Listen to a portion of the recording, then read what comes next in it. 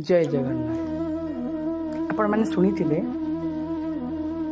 Every morning brings a new beginning. It's true. कहीं प्रत्येक सकाल गोटे नुआ आशा आने। जो नुआ आशा टी नहीं आमर जीवन गतिपथ चली थाए। आम देखिए प्रत्येक दिन किसी ना किसी आशा करूँ, किसी करने को चाहूँ, सफल हवा को भी चाहूँ। जो कार्य करुचु से कार्यटा केमती आमर भल संपन्न हम से चाहूँ। किंतु मनीष हताश हवा, निराश हवा स्वाभाविक। कहीं मनीष मन बहुत समय बहुत कर्म करिका भी फल मिलेनी, जोड़ा से आशा करता है मिलेनी। कौन हुए से निजक निजे बहुत असहाय मन करे। गोटे गोटे समय एभली भी मन हुए जे आउ किछि करि परिबिनी, मो द्वारा आउ किछि हबनी, मु एते परिश्रम कली, मो परिश्रमटा विफल हो जाइछि। मनीष मन आसवा स्वाभाविक।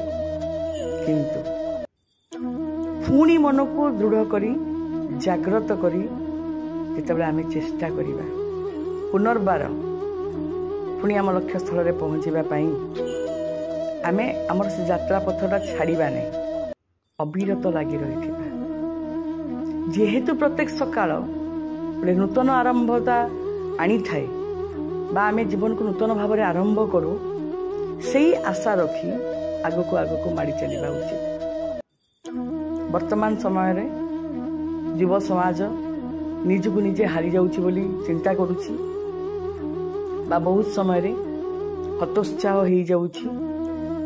ता पाखरे बहुत किछि अछि, ए युव समाज पाखरे बहुत किछि अछि। ता भितरे दक्षता अछि, बुद्धि अछि, सामर्थ्य अछि, किंतु तार उपयुक्त व्यवहार से करि पारु नहीं। से केवल स्वप्न राइजरे भासी बुलुची, स्वप्न विलासी हो जाइछि भी कहिले चलिबो। कारण से चिंता करुछि बहुत, स्वप्न देखुछि बहुत, किंतु ताको वास्तवतारे परिणत करिबा पई चेष्टा ही नहीं। से नुआ सकाल को से आउ देखि पारु नहीं बा नुआ सकाल रूप को से परिकल्पना करि पारु नहीं। केवल भाबुछि केमती हेइ जिवो आ क्षण करे सब तार आशा पूर्ण हो जिवो।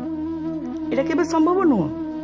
केमिति आज्ञा संभव हो? आपण कर्म करि नाहंती, किसी चेष्टा करि नाहंती, किसी देई नाहंती, ता रिटर्न रे आपण कोन पाइबे? तेणुक जेते पारिबे कर्म पछरे लागिकी रुहंतु। जेमिति राति परे सकाळ अछि सेमती सबु गोटे अंधार परे भी आलुओ अछि, सबु खराब समय परे भी भल समय आसी। तो ताको हमको अपेक्षा करने को पड़ो। धैर्य दरकार। हठात तो किसी हेनी ना, धैर्य दरकार। आ से धैर्य आम समस्त पाखे अच्छी, किंतु आम धैर्य धरी पारु नाहु। कारण हूँ आम निजे। कहीं आम जहाँ आशा करुचु क्षणक हम बोली चाहूँ। कारण जी धैर्य धरी सी आगे आगे को जापारी, जी धैर्य धरी से सफलर शिखरता को भी छुई पारी। आपण एमती अनेक उदाहरण पाइबे। समाज रे भी एमती बहुत महान व्यक्ति अछंती जो माने बहुत कष्ट करी धैर्य धरी आगु को जाइचंती। अपेक्षा करंतु आसंता काली सकाळ निश्चिंत आनंदमय हबो, आशापूर्ण हबो। आपणक पई गोटे नूतनता आनिबो, निश्चय आनिबो, आणुची। किंतु आपण तार उपयुक्त व्यवहार करि पारुनांती, सेटा होची आपणकर भूल। आपण जे राति शोई सकाळ भाविबे मोर किछि कार्य सफल हो बा मु किछि कार्य करी बहुत आगु को पळेबी, भूल धारणा।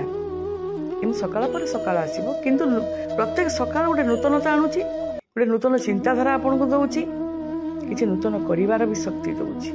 ताकू ग्रहण करंतु, चेष्टा करंतु। प्रत्येक सकाळ गोटे नूतन सकाळ करिवे, नूतन आरंभ करिवे, जीवन रे किछि नूतनता भरी देबे, निश्चय आनंद लागिबो। जय जगन्नाथ।